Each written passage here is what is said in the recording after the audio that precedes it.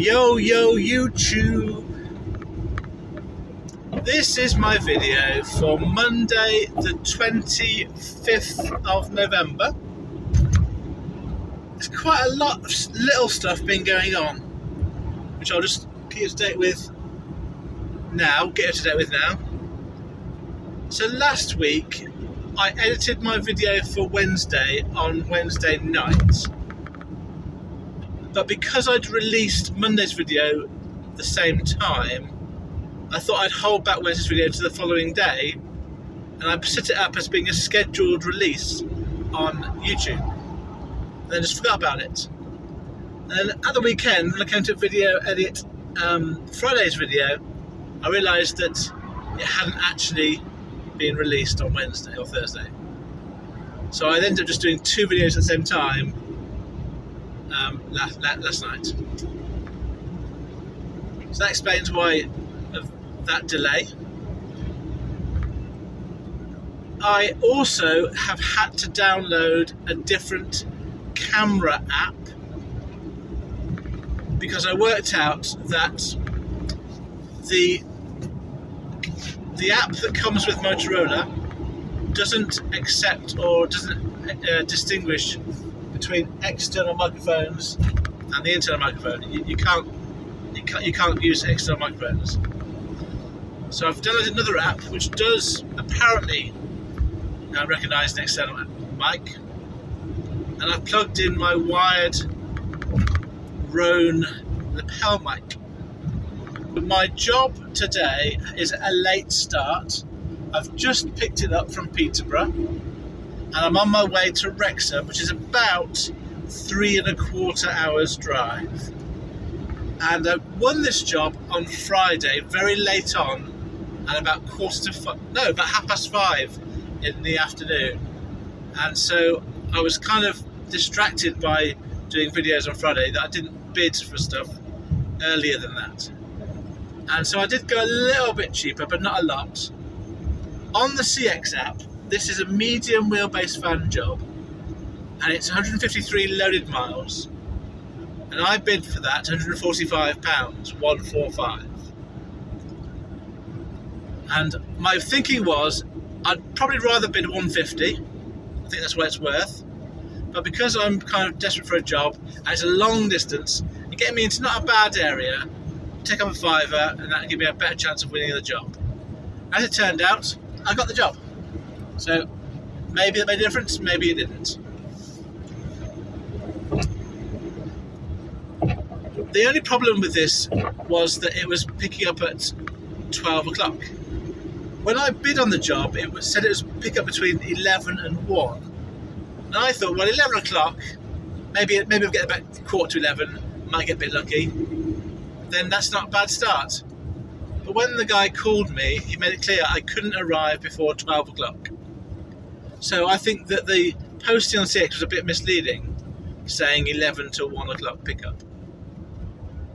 And it did say at the earliest 12 you get there. And obviously the reason why I want to get there earlier is because I've got a long distance to go, and the quicker I get offloaded in Wrexham, the better the chance I've got of getting a job back towards my home tonight. I was thinking that maybe I could get a little job locally this morning before, but for two reasons I wasn't able to do that. The first reason was that there wasn't anything little going just within Peterborough or in the area this morning, at least what that I saw at least. And the second reason is I was up very late into the early morning hours last night because I got into a bit of a rabbit hole with my work, which I've been trying to do for ages and never quite got around to. And what I did last night was I got up to date with all my feedbacks to the shippers that paid me. I also got up to date with all of the paperwork that's no longer required to keep filed. So once I get paid, I don't store the pods anymore. If I absolutely have to have the pods, there's a digital version of it on CX. There's always a digital version. Or I've got the pads that I keep, so I've done them myself. So I get rid of all that paperwork and only keep the paperwork that's not yet paid. I then chased the 3 people that hadn't paid me. One I realised had paid me eventually, like 2 weeks ago after I chased them. Another still hasn't paid me and I texted them. And a third, I put a complaint in CX. As I did that, I realised they were no longer on CX. So obviously I'm not the first person to have no payment and they've been kicked off the CX system. There is somewhere on the CX a list of companies that have been removed, and I can't find it now. I did find it before, but last night I couldn't find it. So if anybody does know how to locate that list of ex-shippers on the CX, because I'm sure the one that I've got to pay payment from is on that list. Well, I want to check they're on the list. So that'll be the 3rd time that I've had a shipper go out of business on me from the CX in a year and a half. So I'm okay with that. And it's not a lot of money, it's about £60, including that I've lost out on. But it is part of the sort of issue that you have with this sometimes. The job I'm on now is actually 140 loaded miles. So I'm actually getting a bit less, so a bit more than £1 a mile for this job than I thought. My aim today is to get offloaded in Wrexham as soon as possible and then try and find a decent paying job back home tonight. I've just had a conversation with a shipper in relation to chasing a missing payment. And I found it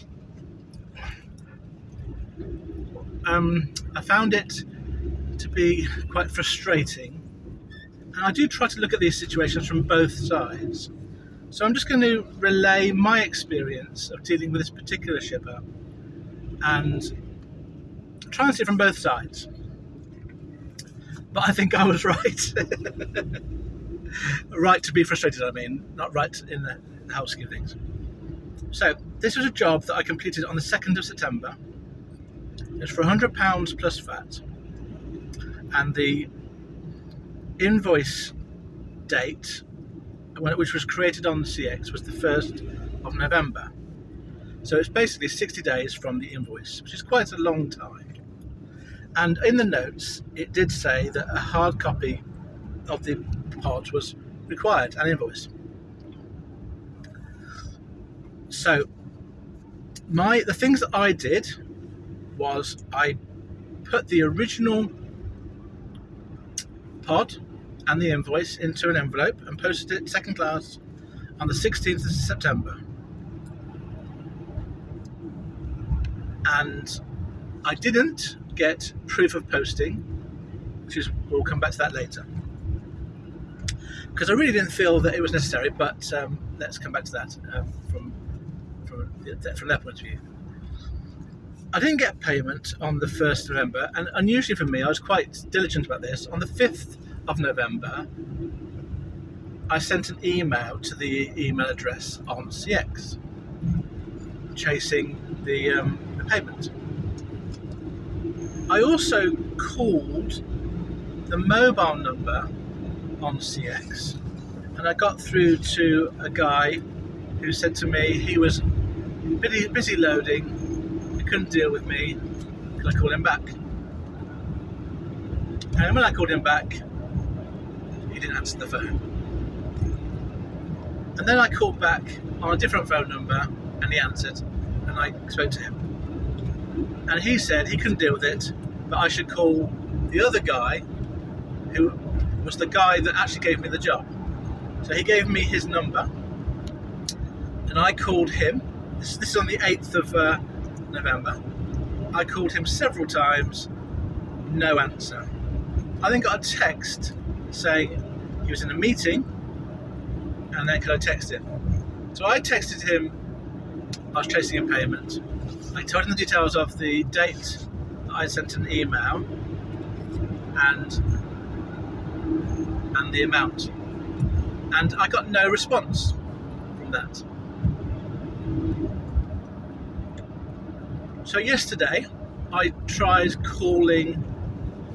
morning, I tried calling the landline number that's on the CX, and it just went through to nothing. So that was useless.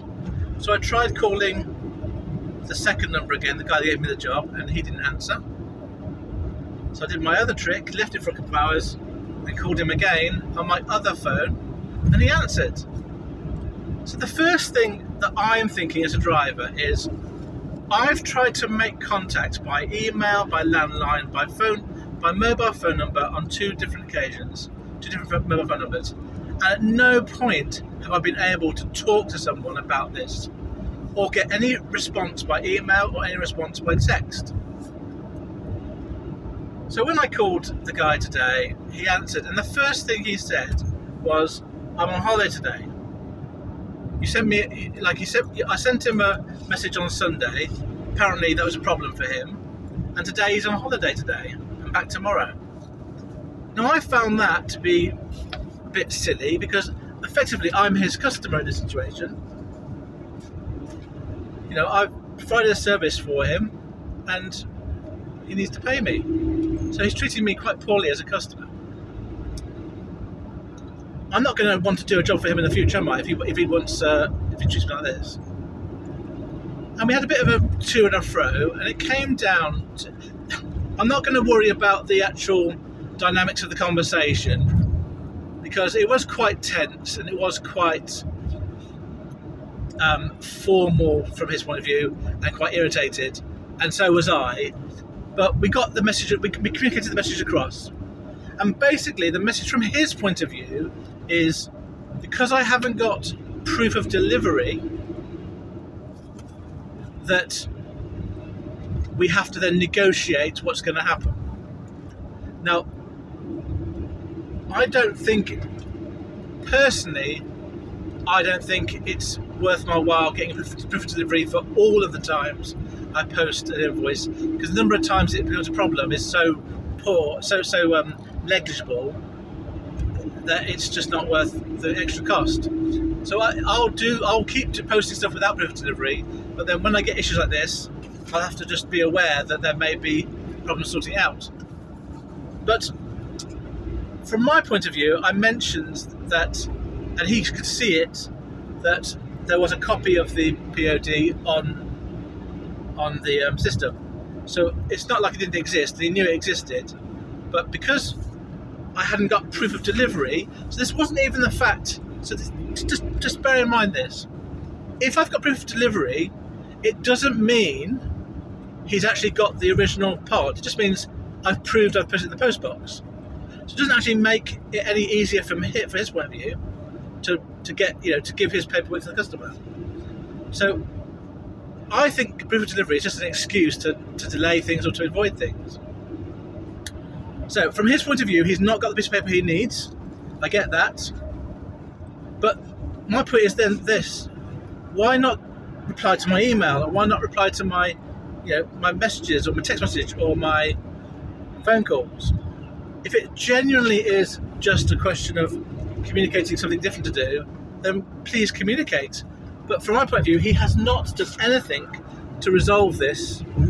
He's left it to me to chase it.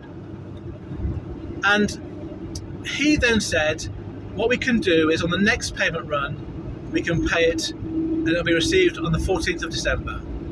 And so I said to him, that's great, I'm glad I know that now. Why didn't you just tell me that when I sent the email or sent the text originally? So I feel that I'm in the right, because I've tried to communicate through all the ways that are available on the CX, and I've had a blanket response back of ignoring me. I get from his point of view, I haven't got proof of purchase, so that's the thing I will have to bear in mind next time I have a phone call with somebody. But that doesn't from my point of view resolve all the poor points from his point of view. So I have got the name of the company in mind. I've made a note of it, and I won't be doing any more work for him. And I just wish. The thing is that I am still I'm in a quandary now, if I get paid on the 14th of December, do I then put negative feedback? Because then I'm just going to end up having a bit of an issue. But I might do that still, because I'll explain the situation and say I didn't have proof of posting and therefore, I wasn't paid. But when I tried to contact him, he didn't reply. I think that's what I would put in. But it feels like just trying to. It feels like I'm deliberately winding up someone. But it's not. It's about trying to protect other people that have a similar situation. They need to know that when you deal with this particular person, you should have proof of posting. I have other people I deal with regularly who don't have proof of posting for, and they seem to get the stuff okay. And I do it regularly for them. So anyway, I know we all have different perspectives on this, and there'll be people there going, we'll just get proof of posting for everything, and I just don't think that's the right solution. I think better communication. This is what I would say is the problem here. This company hasn't got a mobile number or a phone number that you can contact to resolve queries. It hasn't got an email address that apparently is working that can resolve queries. So that's what they need to do. As a company, that's what they should be doing. But if it isn't the guy I got the job from, if it's somebody else, then that's fine, but let a driver contact that other person and they can deal with these issues that arise. If you're not prepared yourself, if you're going to be on a holiday on a Monday and not, effectively use that as an excuse not to answer your phone, that's not good enough. And me sending a message on a Sunday doesn't mean you've got to act on it on Sunday. It means acting it the following day. I think that's a bit churlish to be able to get upset about that. So anyway, I've explained it all. I'm hopefully going to get paid on the 14th, and then I won't be working for him again. The last thing I was going to say is, this is a driver shipper, so unusually for driver shippers, I've had quite a bad experience, and on the CX system there's only about 5 feedbacks for payment, and there's about 30, 40 for delivery. So I don't think he's a particularly prolific CX user anyway. I think he probably does most of his work not on the CX. So it was a tense-ish conversation. I stood my ground. I've written a text to him at the end saying thank you for agreeing to pay on the 14th of December, and we'll see if that happens. To be fair, I'm not expecting it to happen. To me, I've left this interaction feeling that they're one of those people I don't want to deal with, want to avoid on the CX. They're not the sort of people that operate in the way that I want to work. And that may or may not be fair, but that's how I've left this couple of months of interactions with them. Well, what have I done? What have I done? It is now 5 to 5, and in the last hour or so, this is the first time I've had a chance to take a breath and do this video. So I had a bit of a fraught afternoon, but nothing serious has happened. It's just I've been unable to cope quite as well as I'd like to with all the things that were going wrong mildly. So I'm going to tell you what happened, but I'm not expecting you to go, oh wow, isn't that serious? It's not. It's just little stuff that adds up and gets overwhelming in my head. And I definitely felt quite stressed about the whole thing. And this is all after my phone call with that shipper, which was all right after that. So the first thing that went wrong was I was about half an hour away from my Wrexham drop-off. And suddenly my map phone, my second phone, just turned itself off. And I was trying to plug it in to charge it. It wasn't plugged in, but the other phone had the charger cable. So I put the charger cable in and it wasn't doing anything. And I was driving along trying to get this sorted out. I had to use my other map, so my other phone as a map. And that was all a bit stressful because I couldn't work out what was going on. And then about 15 minutes into that, I came across a closed road sign on the main road taking me to where I was going, towards Wrexham. And there was no diversion signs I could see. It just said road closed. So because I wanted to get in and out as quick as possible, I didn't just take the road that was closed, which I usually do. I turned off into the nearest village. It was Bangor y Coed, I think it was, and tried to find a route through from there. And eventually I did. It was probably added about 10 minutes to my journey time, but I got back on track by going a bit of a circular route around the main road. But all this time I was trying to work out why my phone wasn't charging, and eventually I worked out that the cable that I was using was the problem. So I had to use a backup cable, which is way too short, but I managed to get it working. And then as I was approaching about 10 minutes from my destination to drop off, there was a job that came up going from Wrexham to somewhere. So I saw that come up, so I'll look at that. So I was looking at that, and it said Wrexham to Chichester for an ASAP delivery. So rather than in the morning. So that's what I needed to do. And I thought, that's quite a long way, isn't it? That's 250 odd miles. On the CX it's 250. And I thought, I don't want to bid on that, but what would I do it for? So I started off thinking, well, 250 is the starting point, but there was about 4 or 5 other drivers active in Wrexham, and there was no other work coming out of Wrexham. So I thought, I'm going to have to go a bit lower than that. So what did I do it for? I thought, 200? I thought, yeah, why not, 200? Because if I add that to my 145, that's 345 for the day. So just took a quick bid on 200, and just thought, well, I probably won't get it, but at least I've got a bid on there, and I can sort of have a think about it as I'm driving. Unfortunately, on this occasion, I didn't have time to think about it. I got a call within about 3 minutes, and they offered me the job. It was obviously a small van job, so it's a hospital-to-hospital job. I've done this sort of work before. I know it's only going to be a very small item. And then I accepted it, and I said that I was offloading in 10 minutes, and I'd make my way across after that point. They was fine with that. And I worked it out afterwards. That's 80p a loaded mile, which actually isn't too bad in this climate for a small van job, when there were sort of 4 other drivers also looking for work from Wrexham as well. Obviously, the time of day and where it's ending up is a factor for people, but you don't know, do you, whether that's going to be putting anyone else off or not. So I don't know. Would I have gone higher? Could I have gone higher? I could have gone higher, like I said before, but who knows?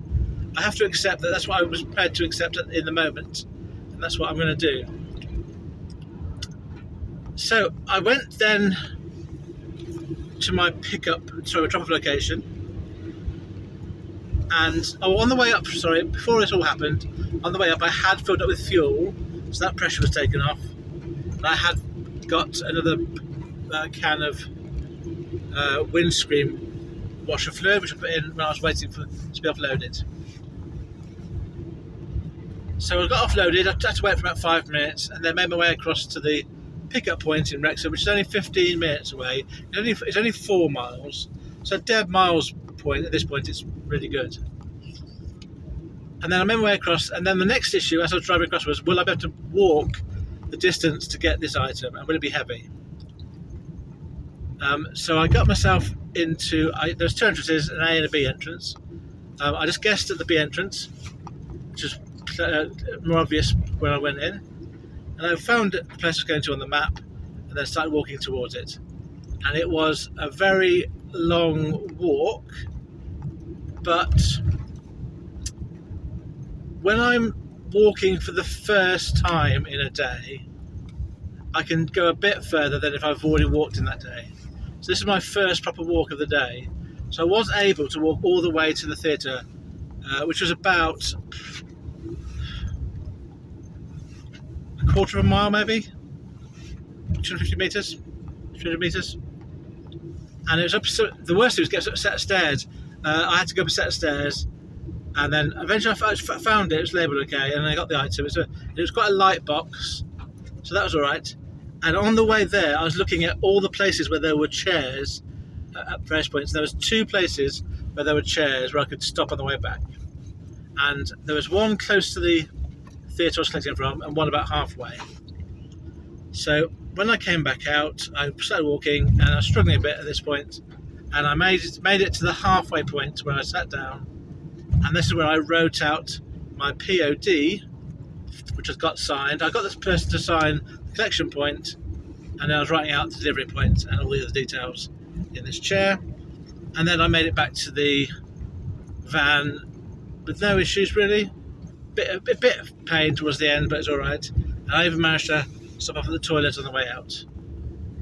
So I got in to the site at about 25 past 4, and I was off site at about 4:45. And then I found out how far it was to get to Chichester. So it's actually 240 loaded miles. It's a bit less in mileage than on CX, but it's 4.5 hours. So I'm not going to be there until at least 9:30, probably more like 9:45, I'm going to guess. Now that's going to be okay. I'm all right with that. That isn't going to be much of an issue for me. The thing is then, what do I then do about getting home? It's going to be about 3 hours driving home, maybe a bit more. So do I go straight back? Do I go as far as I can and tramp out for the night, then go back in the morning? Do I find somewhere on the way back that might give me a job back in the morning? I think the last one's probably not going to work because I haven't got much time in the morning. So my options are either to tramp out somewhere and then just drive back in the morning, or to try and get back tonight. And we'll just see how I feel. I'll see how my tiredness is. I had a line this morning because I was up early. I was up late last night, so I got up late this morning. So it might just be that I've got enough energy in the tank to get all the way back. I didn't start work until what was it? 10? Quarter past 10? No, 11. That's when I left the house. So I might be okay, you know. That might be a 13-hour day in total. So I might be all right. We'll see how it goes. Anyway, the main thing is that last hour was so fraught with these little things. My phone and bidding on a job and getting a job, not wondering how far is it actually to do it. Have I undersold myself? And trying to use the maps on one phone and the CX on one phone. The walking to the theatre and back. So I'm calmed down now. I feel fine now. Oh no! Look at this. That road is closed. I'm meant to be going straight ahead, and I'm going to follow these cars. Got no idea. Oh, no idea where this is going to take me. I think it looks vaguely like it's all right on the map. There's no diversion sign, is there? I mean, so frustrating. Yeah, the diversion was the other thing that I forgot to mention that was a bit irritating. Anyway, so that's been my afternoon. I'm now going to make my way to Chichester. Unfortunately, there's going to be no chance of looking at any scenery because it's way too dark. So what I'll probably do is do some stats on some stock footage when I edit this video for today. My guesstimate is that by the time I've taken account my mileage home from Chichester, if I don't get a job, I'm going to guess that I will make about at least 250 after fuel, and probably more like 260, 265 after fuel, which I think would be very pleased with that. That'd be a really good start to my week. So I'll speak to you at some point in the near future and let you know how it went. Cheers. Hello, you find me on the M54 between Telford and the M5 or M6, and I've just been reflecting a little bit on this journey. So when I first set off, I got to that, in my last video you might have seen that there was a road that was blocked off without any diversion. So I was following the cars, and then the sat-nav gave me an alternative route round, and it added on about 10 minutes. And then gradually, as I drove closer and closer to the M6, my time didn't change, and my time of arrival kept going up and up and up, because there was congestion on the M6, which I'm still to come across, I think, although it may have calmed down a bit. And so I was getting a bit frustrated about it getting later and later, and then suddenly the traffic sort of cleared and ahead of me, and I've come back down to my original time. So I'm now just over 3 hours away from Chichester, and I was just thinking about this job and the money for it and the nature of it, and I thought I'd share this couple of things with you. So I probably have underbid on this job a little bit. So if you think 250, I bid 200, and I reckon 250 is probably about the maximum. So somewhere between those two figures is where I think there's a combination of what I think is fair and what the shipper is prepared to pay, and also is competitive against other drivers in the area. And so I don't know what that figure is, but let's say it's 225. Let's say I could have got 225 for this job. That means I'm getting £25 less than I could have got in theory, in hindsight.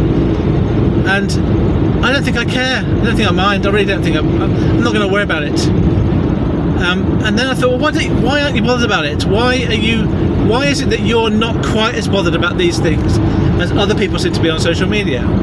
You know, another thing is dead miles.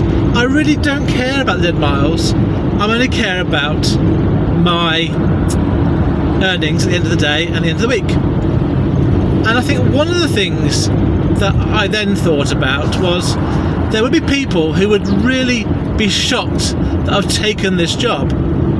So basically, fundamentally, it's a £240 mile journey from the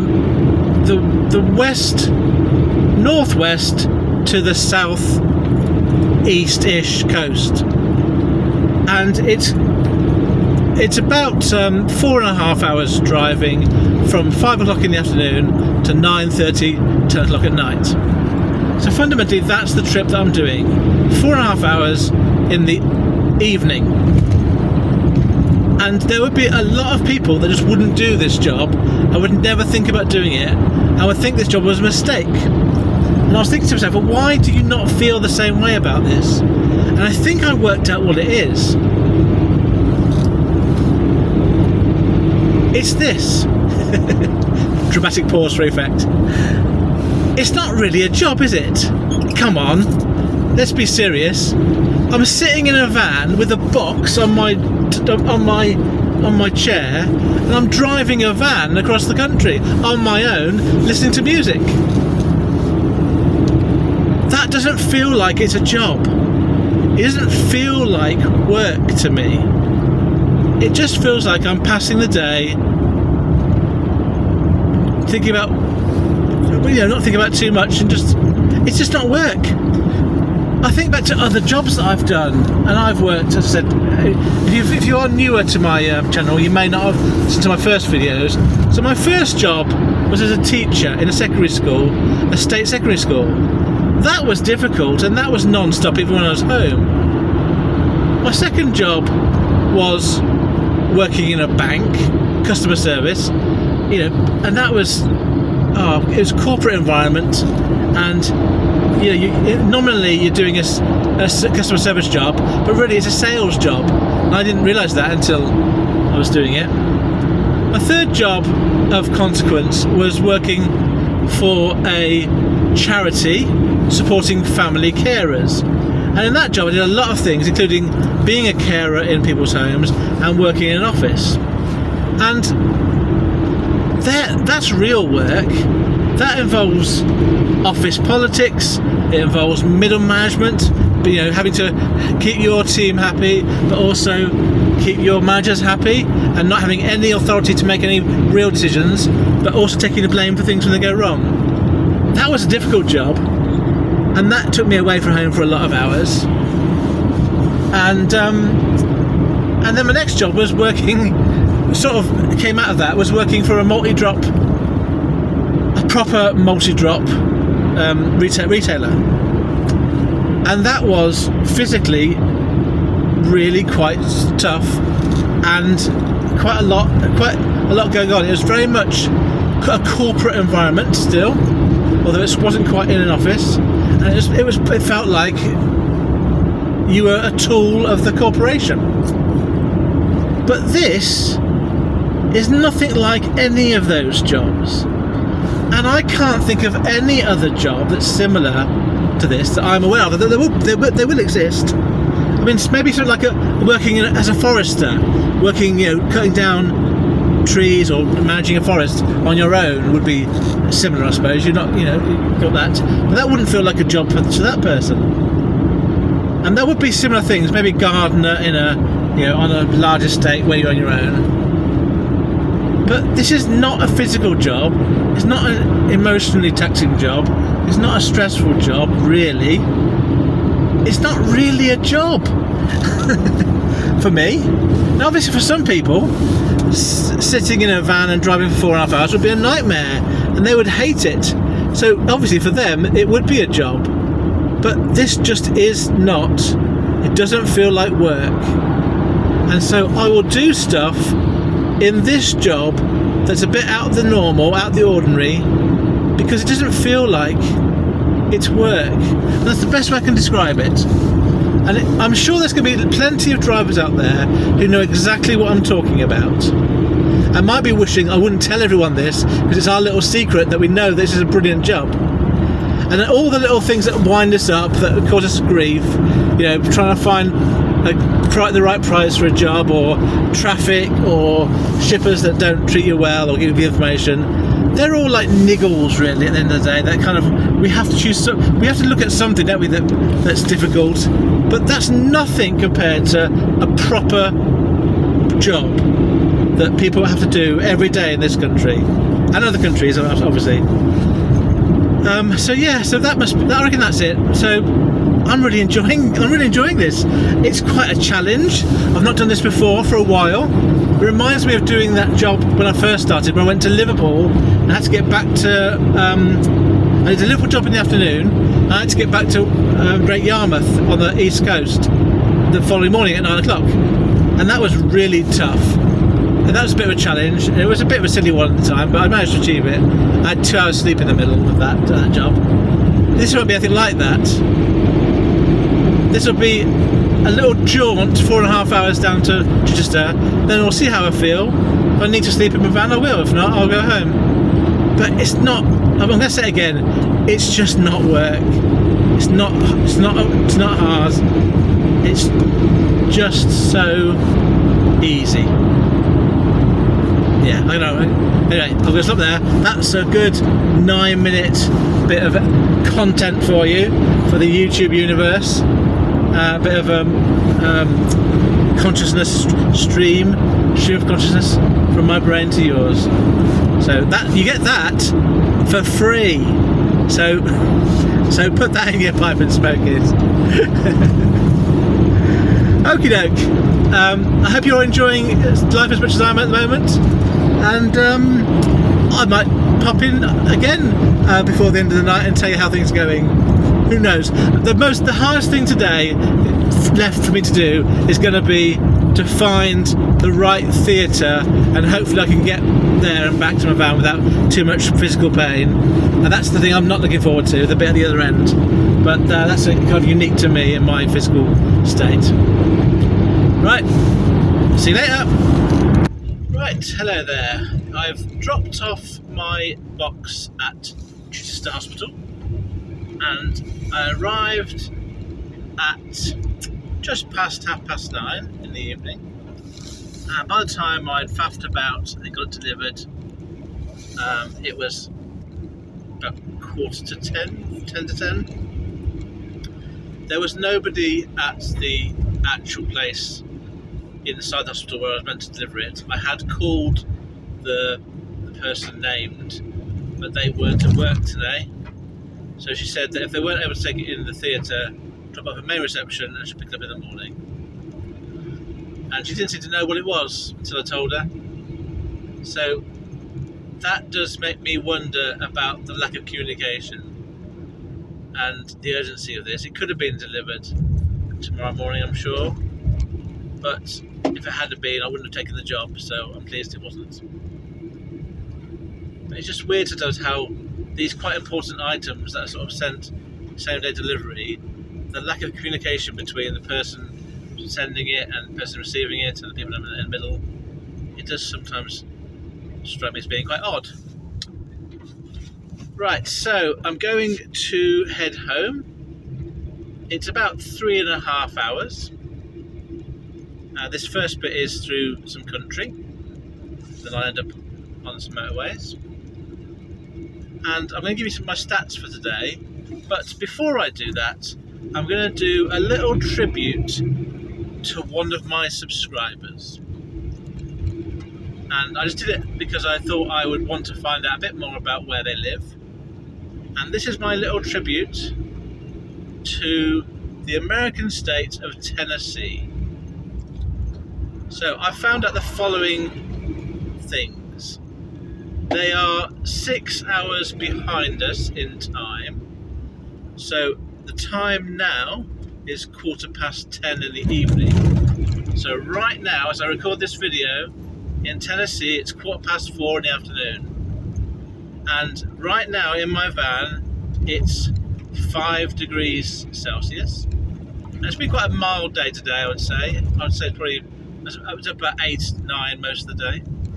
But right now in Tennessee, I've been told by Google the temperature is 20 degrees, but it feels like 24 for some reason. The population of Tennessee is about 7.1 million people as of last year, and the land mass in square kilometres is just less than 110,000 square kilometres. And I thought, well, what's that like compared to where I live? In terms of population, 7 million is a bit less than the combined population of Scotland and Northern Ireland. And the land mass of Great Britain, which is the main island that I live on, is just less than 210,000 kilometres. Sorry, 1,000 kilometres squared. So, putting that in some sort of context, roughly speaking, the land mass of Tennessee is half of that of Great Britain, and roughly speaking, it's about 1/9 of the population. It's about 67 million people living in Great Britain, and then that's compared to 7 million in Tennessee. So I'm guessing it's a lot sparser in areas than it is here. I don't know how it's organised. And the last bit of information that I got, I thought I'd try and work out what are the main cities in Tennessee, and I heard of the top 3 that we all have in this country. The top 3 cities, in no particular order, just the ones I remember them in, are Nashville, Memphis, and Knoxville. And then the last thing is, where is it located? It's one of, I think you classify it as one of the southern states, and it's just to the, as you look at a map of America, if you put a line through the middle of it, going horizontally, it's below that line, and it's sort of on the eastern side of the country, that quarter. So above Florida, you've got Georgia, Mississippi, and Alabama. And then along the top of those 3 states is Tennessee. So those are the 3 states that border Tennessee to the south. To the north, it's Kentucky mainly. To the west it's Arkansas, not sure how you say that one. And then to the east it's North Carolina. So it's kind of in the middle of those southern states. So I'm guessing it has a political history to do with southern states politics. And I know a little bit about that, but not enough to comment on it, certainly. So that's my little tribute to one of my subscribers. Thank you for subscribing and commenting, and I hope you have a very pleasant afternoon in your feels like 24 degrees, but really it's 20 degrees climate. Stats for today. So, I think I'm going to make it home tonight. I don't have any reason to think that I'm going to struggle, but we'll see. If I do struggle, I'll stop and tramp out. My average fuel price, based on taking fuel today, is 14.49 pence per mile. I would have driven 605 miles in total, 605. My day today, from start to finish, will be 14.25 hours. My earnings gross from 2 CX jobs is £345, 345. My fuel costs today are £87.66. So let's make that £88, round up a bit. And that means that my net earnings after fuel costs taken into account come to a nice £257, 257. And I'll settle for that. I think that's not been a bad result. It's a good start to my week, and what I'm going to do is, come the middle of December, when I get paid this £240, including VAT, for this job, I'm going to think back and I'm going to relish that money into my account because I bothered to do this job today. And it'll remind me to think back to what I'm doing right now. And my last point before I go is, on the way down, I was listening to sort of classic rock sort of music, and a little idea I had, which I shared with my partner, was I sent her a link to one of the songs, and then we both played it at the same time as I was driving. We didn't hear each other's song, but we both played it at the same time. She was listening to it on YouTube, I was still on Spotify. And that's a nice little thing to do, sort of keep contact. And it was a good song. And what I'll do is I'll stick a link in this video of that song, so that if you wanted to join the kind of cool kids, in bigger inverted commas, then you'll know the song that we shared. Okay, thank you very much for listening to my video for today. I'm going to try and get this edited tomorrow, and up tomorrow on Tuesday. I hope that you are being successful, however you choose to find that word for yourselves. And I will see you next on Wednesday. Farewell, friend.